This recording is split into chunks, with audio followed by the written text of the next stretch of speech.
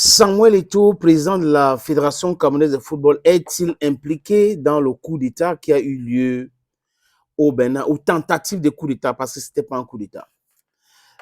D'autres personnes pensent que c'est un simulacre de coup d'État. D'autres personnes pensent que c'est un règlement de compte. Qu'est-ce que vous en pensez, les amis? Vous avez votre avis à donner en commentaire. Vous savez que nous sommes en Afrique et tout est possible dans notre continent. On a suivi avec beaucoup d'attention les dernières déclarations de Robert Bougie, l'avocat, qui a écrit un livre. Il sait que je sais tout. Voilà, je crois que c'est le titre de son livre.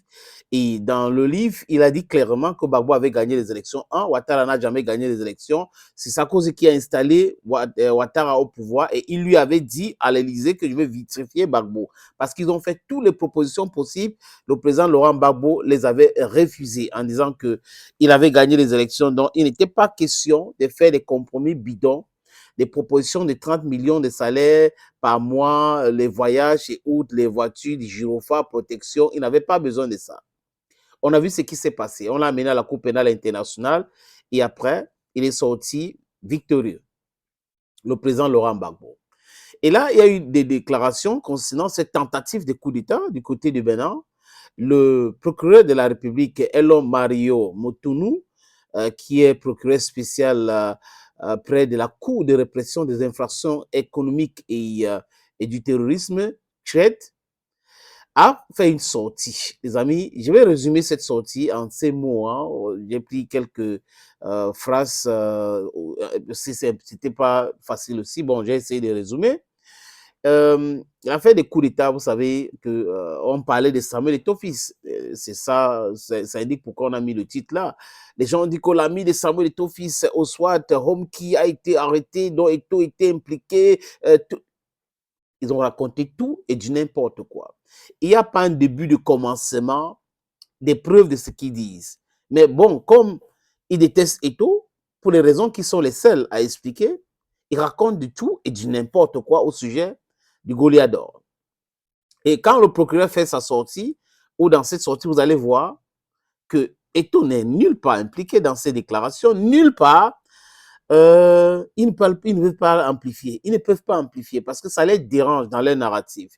Leur narratif, c'est de noircir davantage Samuel Eto'o-Fils. Et vous avez des gens qui sont des haineux, des gens qui se détestent. Parce que si vous détestez quelqu'un à ce point où tout ce que la personne fait, tout ce que la personne fait est noir, vous-même vous détestez. Parce que vous n'êtes pas focus pour votre avenir. Vous êtes focus sur l'avenir de l'autre. Il est en train d'avancer. Vous êtes en train d'écrire des NFC. Et là, les amis, qu'est-ce qu'il dit? La déclaration. Mesdames et messieurs, dans la nuit du 23 au 24 septembre 2024, à peu près 1h du matin, l'ancien ministre des Sports, M. Oswald Omki, a été interpellé au moment où il transmettait 6 sacs remplis de billets de banque au commandant de la garde républicaine.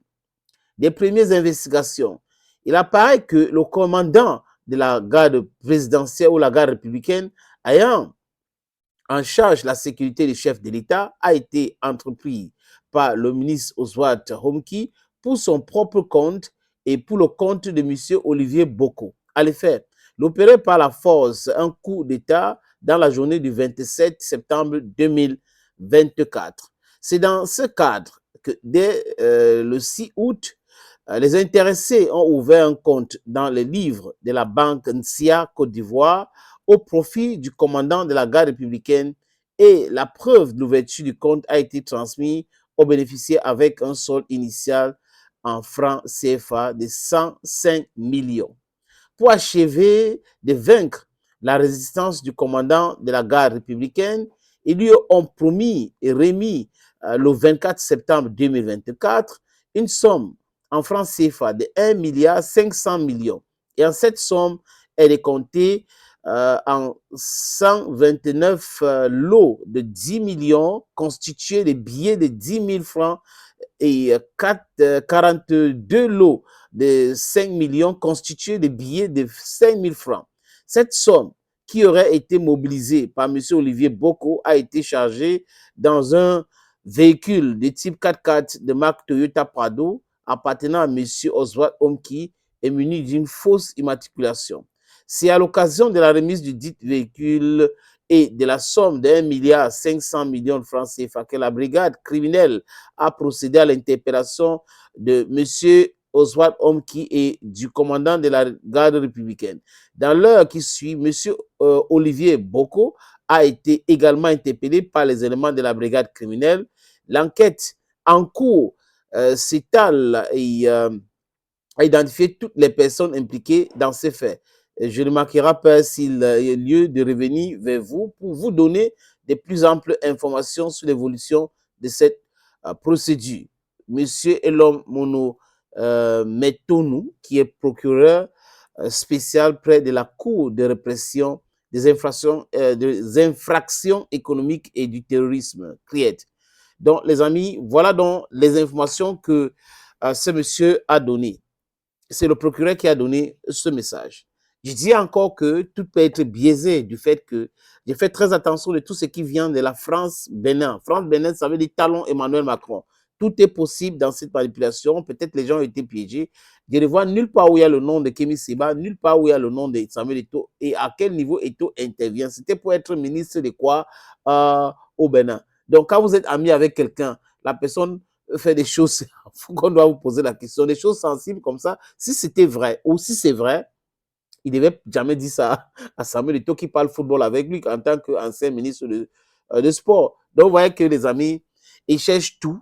Ils sont en train de fouiller partout pour pouvoir noircir l'image de l'homme. Mais si vous êtes dans la vérité, je vous le conseille encore, hein, restez-y. Ne changez jamais parce que vous avez des gens qui passent leur temps à vous raconter du n'importe quoi. Ils sont des haineux, ils restent dans leur haine et ils ne vont jamais progresser dans leur propre vie parce qu'ils sont animés par la haine. Thank you, friends.